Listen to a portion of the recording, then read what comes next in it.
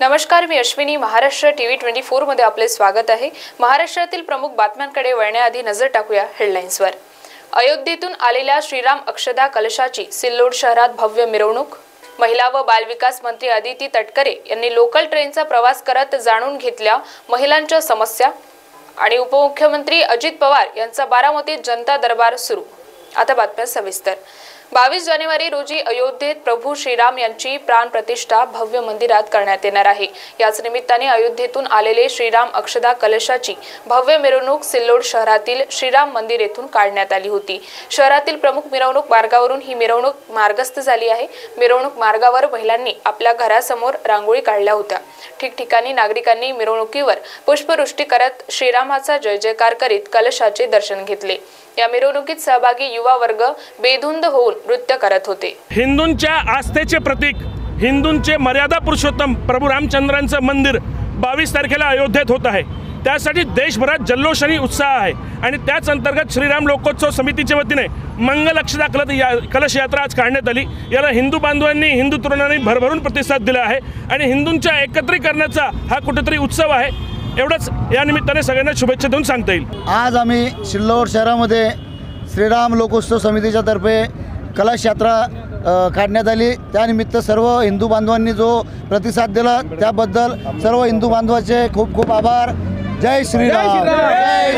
जय श्रीराम. राष्ट्रवादी काँग्रेसच्या मंत्री अदिती तटकरे यांनी आज छत्रपती शिवाजी महाराज टर्मिनस ते बदलापूर लोकल ट्रेनने प्रवास करत सर्वसामान्यांमध्ये बसून त्यांच्याशी बातचीत केली व सर्व महिलांकडून काही समस्या जाणून घेतल्या. अदिती तटकरे यांचा कॉलेज नंतरचा हा पहिला लोकल ट्रेनने प्रवास होता. त्यांनी कधीच विना तिकीट प्रवास केलेला नाही आणि यावेळी त्यांनी त्यांचे काही आठवणी अनुभव व्यक्त केले.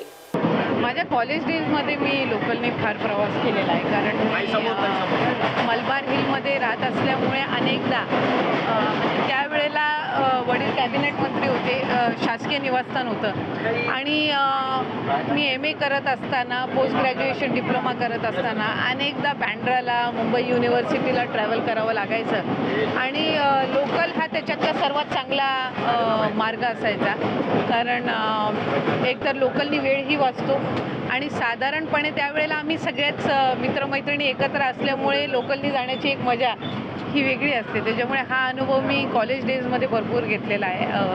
राजकीय म्हणजे निवडणुकीच्या राजकारणात पडण्याच्या आधीही 1-2 वेळा घेतलेला आहे, पण आज बऱ्याचशा कालावधीनंतर लोकलमध्ये प्रवास करण्याची संधी मिळाली. खरं तर अनेकदा महिलांच्या प्रश्नांसंदर्भामध्ये एक कॅज्युअल अप्रोच सुद्धा असतो. अनेकदा लोकलमधून ट्रॅव्हल करणाऱ्या ज्या महिला असतात त्यांचं आयुष्य काही सोपं नसतं. म्हणजे सकाळी पहाटे 5 वाजता उठून त्यांच्या घरातलं सगळं कामकाज आटपून घरातल्यांचं जेवण करून स्वतःचा डब्बा तयार करून त्या अनेकदा यावेळेला येत असतात. बरं, मला आठवतं मी ज्या वेळेला कॉलेज डेजमध्ये ट्रॅव्हल करायची त्यावेळेला अनेक महिला संध्याकाळी जात असताना किंवा सकाळी जात असतानाही भाजी वगैरे मार्केटमधून घेऊन यायच्या आणि मग तिथे त्या थोडं साफ करत बसायच्या. घरातली काही कामं असायची तर विणकाम करणाऱ्या सुद्धा काही असायच्या.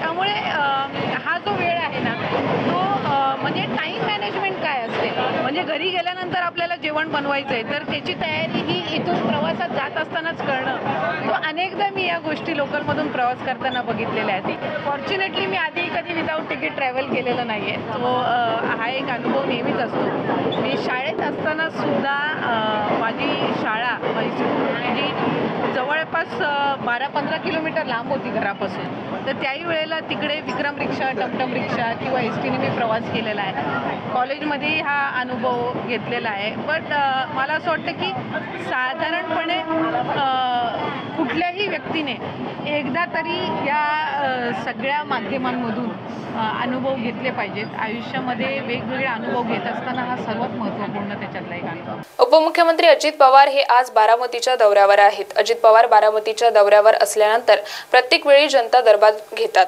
आज देखील काही वेळापूर्वी अजित पवार यांच्या जनता दरबाराला सुरुवात झाली आहे. बारामती येथील विद्या प्रतिष्ठान येथे हा जनता दरबार सुरू असून या जनता दरबाराला नागरिकांनी मोठी गर्दी केली आहे. आहे। सध्या हिट अँड रन कायद्याविरोधात शहरात आंदोलन सुरू आहे। वाहन चालक जागोजागी आक्रमक होत आहे। त्यामुळे आंदोलकांनी हिंसक आंदोलन करू नये, अन्यथा प्रशासनाकडून कारवाई करावी लागेल। शासनाने जेव्हाही कायद्याची अंमलबजावणी करेल तेव्हा ट्रान्सपोर्ट संघटनांना चर्चेसाठी बोलवण्यात येईल। अजूनही कायदा लागू झालेला नाही, त्यामुळे वाहन चालकांनी कायदा हातात घेऊ नये असे आवाहन अमरावतीचे जिल्हाधिकारी सौरभ कटियार यांनी केले आहे। नमस्कार, मी सौरभ कटियार, कलेक्टर अमरावती जिल्ह्यात नवीन हिट अँड रन कायद्याच्या विरोधात विविध वाहतूक संघटना तसंच चालक यांच्यातर्फे आंदोलन सुरू आहे। या संदर्भात मला संदेश द्यायचा आहे की हे नवीन हिट अँड रन कायद्याची अंमलबजावणी अजूनही सुरू झाली नाही आहे आणि हे कायदा अजूनही लागू झाला नाही आहे। म्हणून विविध वाहतूक संघटना तसंच चालकांना याने त्यांचा संप त्वरित मागे घेण्यात यावे। तसंच अमरावती जिल्ह्यात अत्यावश्यक वस्तू यांच्या वाहतुकीमध्ये जर कोणी जाणीवपूर्वक अडथळा निर्माण करण्याचा प्रयत्न केला तर त्याचे विरुद्ध जिल्हा प्रशासन आणि पोलीस विभागामार्फत सक्त कारवाई करण्यात येईल। 8 जानेवारी 2024चे पत्रान्वये केंद्र शासनाने स्पष्ट केलेलं आहे की नवीन हिट अँड रन कायदा अजूनही लागू झाला नाही आणि या कायद्यासंदर्भात केंद्र स्तरावर विविध वाहतूक संघटना यांच्यासोबत चर्चा केली जाणार आहे आणि चर्चेनंतरच ह्या कायद्यावर निर्णय घेण्यात येईल। म्हणून मला आवाहन करायचे आहे अमरावती जिल्ह्याचे विविध वाहतूक संघटना तसंच चालकांना की त्याने त्यांचा सण त्वरित मागे घेण्यात यावे आणि प्रशासनासोबत सहकार्य करावे। धन्यवाद। बातम्यांमध्ये वेळ झाली आहे छोट्याशा विश्रांतीची। बघत रहा महाराष्ट्र टीव्ही 24। बॉस ने मीटिंग बुलाई। बाहर उठो बैठो। तकलीफ उठने बैठने की नहीं, तकलीफ बवासीर की है। बवासीर फिशर भगंदर पाइलोनियल साइंस का आयुर्वेद तथा आधुनिक लेजर से उपचार। कॉल या विजिट करें www.pilesfistulacure.com। Integrated super specialist hospital end research institute of Nagpur अब नागपुर में अत्याधुनिक सुविधाओं के साथ ICU, modular operation theatre, maternity surgery and laparoscopy surgery, orthopedic and joint replacement, dialysis unit, pathology and pharmacy. Our address: Vinoba Nagar, Kharbi Ring Road, Nagpur. Our contact: 8668792352 9801980100। मोती ज्ञान को बढ़ाने वाला व धन प्रदान करने वाला रत्न है। व्यक्ति के व्यवहार को शांत करता है और निर्बलता को दूर कर चेहरे पर कांति लाता है। ये और ऐसे अन्य शुद्ध एवं सर्टिफाइड रत्नों के लिए आइए सिर्फ लोंधी ज्वेलर्स। 25 साल का शुद्धता का भरोसा। लोंधी ज्वेलर्स, सीताबड़ी और गोकुलपेठ बाजार रोड, नागपुर। विश्रांतीनंतर वळूया समोरील बातम्यांकडे। चोपडा तालुक्यात कांद्याची लागवड मोठ्या प्रमाणावर होत असते। त्या प्रमाणात मोठा खर्च देखील लागवडीसाठी केला जातो, परंतु अवकाळी पाऊस, ढगाळ वातावरण याचा फटका कांदा उत्पादक शेतकऱ्यांना बसलेला आहे आणि निर्यात बंदीमुळे कांद्याला भाव देखील मिळत नाही। कांदा उत्पादक शेतकऱ्यांचे लाख रुपये खर्च केला, परंतु उत्पन्न पाहिलं तर ते 50,000 ते देखील शेतात व्यापारी येऊन खरेदी केल्याने मिळाले। अडावद मार्केटमध्ये लिलाव होत नसल्याने व्यापारी शेतकऱ्यांच्या शेतात जाऊन कांदा खरेदी करत आहे। जर मार्केटमध्ये कांद्याचे लिलाव झाले तर बोली लावण्यासाठी व्यापारी संख्या एकापेक्षा जास्त असल्याने कांद्याला भाव मिळू शकतो। न विकला जाणारा कांदा देखील विकला जाऊ शकतो, तर अडावद मार्केटला कांदा लिलाव व्हावा असे देखील कांदा उत्पादक शेतकऱ्यांनी मागणी केलेली आहे। त्याचबरोबर कांद्याला भाव मिळत नसल्याने यापुढे कांदा लागवड करायचा की नाही हा प्रश्न कांदा उत्पादक शेतकऱ्यांपुढे उभा आहे। 12-13 रुपये किलो जातोय जागेवर आणि लागलेला खर्च पण नाही निघाला तयार आहे सध्या। सरकारच्या कांदा निर्यात बंदीमुळे शेतकऱ्यांना फटका बसतोय। त्याच्या लागलेला खर्च पण नाही निघत आहे। कमीत कमी 1 लाख रुपये जवळपास खर्च झाले। 50-60 हजार रुपयाचा कांदा येतोय। त्याच्यात शेतकऱ्यांचं फार काही नुकसान आहे। एकदम वाढू शकतो आणि थोडासा ज्याचा माल नाही विकला गेलेला तो माल पण विकला जातो आणि निसर्गाच्या याच्यामुळे थोडेसे कांदे खूप खराब आहेत। एकदम घरून पैसे टाकून कांदे काढायचे नाही करणार। ई फायलिंग प्रक्रिया विरुद्ध संघर्ष समिती जिल्हा सत्र न्यायालय नागपूर यांच्या अंतर्गत किरण महेंद्र यांच्या नेतृत्वात शुक्रवारी 12 जानेवारी रोजी सत्र न्यायालयासमोर धरणे आंदोलन करण्यात आले।